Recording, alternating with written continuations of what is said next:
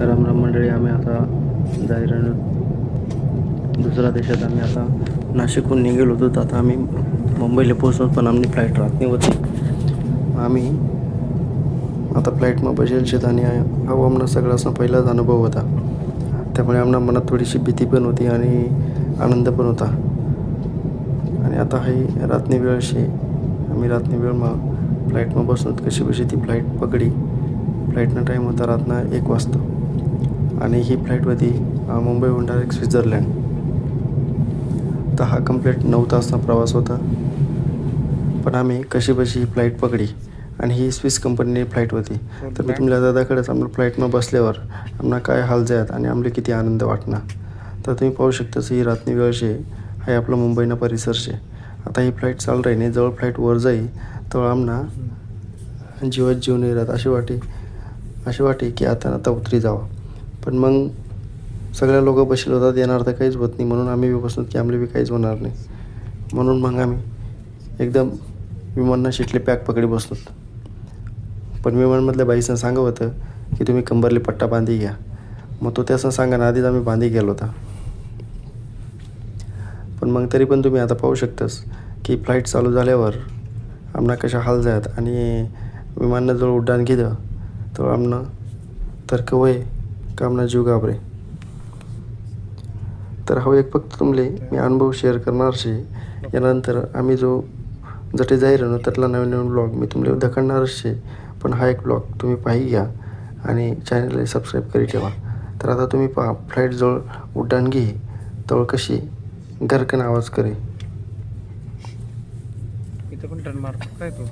चला मी तुमले आता एक पार्ट बरोबर त्याकडेच हाही पूर्ण रातनी वेळ शे रनवे पर्यंत आणि आला तो हळूहळू. फ्लाईट आता उड्डाण घेऊन तयारी माशे. तर पहा जवळ उड्डाण घे तवळ फ्लाईट एकदम जोरात स्पीड पकडे जागेवर मारा. आणि आम्हाला त्याच टाईमले खूप भीती वाटणी होती. आम्ही 6 जण होतो पण 6इसले काहीच अनुभव नव्हता. फक्त आम्ही बसाना आनंद घेत होतो. पण फ्लाईट जवळ वर जाई तेव्हा काय बी यांना काहीच अंदाज नव्हता. बघा ते गेलं का.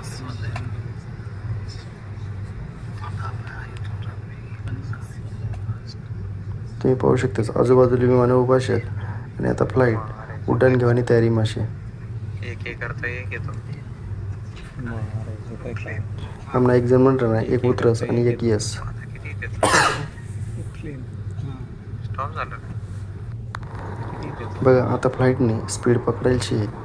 आता फ्लाईट उड्डाण घे आणि उड्डाण घेतल्यानंतर आमने पूर्ण गैत्यात.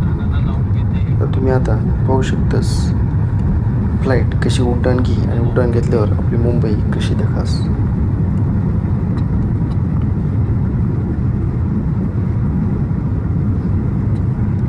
आम्ही खरं तर नाशिकतून निघालो होतो 4 वाजता आणि आमची फ्लाईट होती रात्री 1 वाजता. कारण आमले फ्लाईट कशी पकडाना काय पकडाना हे काहीच माहीत नव्हतं. त्यामुळे आम्ही खूप लवकर निघालो होतो आणि कशी फ्लाईट पकडी ती वर उड्डाण घेता दिना आणि त्यानंतर आमले फक्त फ्लाईटमध्ये जेवायला कवळी याने आम्ही वाट पाहिली होतो. कारण आम्ही फक्त दुपारनं जेवण केलेलं होतं आणि आम्हाला असे सांगितलं होतं की फ्लाईटमध्ये जेवायला चांगलं भेटस. मग आता आम्ही ती वाट पाहणार होतो आणि ते कसे 2 तासानं जेवायला तिथं आमले. तर तुम्ही पाहू शकतास की ही मुंबईने परिसर किती मस्त वाटस. पण मग अनुभव जर सांगायला जाय तर फ्लाईट जवळ उड्डाण घेता तेवढंच आमले थोडंसं पोटात गोळायसारखं वाटणं. पण जवळ फ्लाईट वर गेली तेव्हा आम्हाला काहीच वाटणार नाही. आणि हा आपला प्रवास पूर्ण कमीत कमी 9 तासना होता. म्हणजे मुंबई तो स्वित्झर्लंड. आणि आता तुम्ही पुढल्या ब्लॉगमा मी ते पण दाखवणार शे की स्वित्झर्लंडची फ्लाईट कशी उतरणी आणि त्याचे आम्हाला काय हाल जात. त्यामुळे पुढला ब्लॉग पाहायला तुम्ही विसरू नका. तोपर्यंत हा ब्लॉग पूर्ण पाही घ्या आणि पुढल्या ब्लॉगमा मी तुमले स्वित्झर्लंडमा आम्ही काय पाह्य काय नाही हे मी तुमले सगळं दाखवतो. तोपर्यंत राम राम.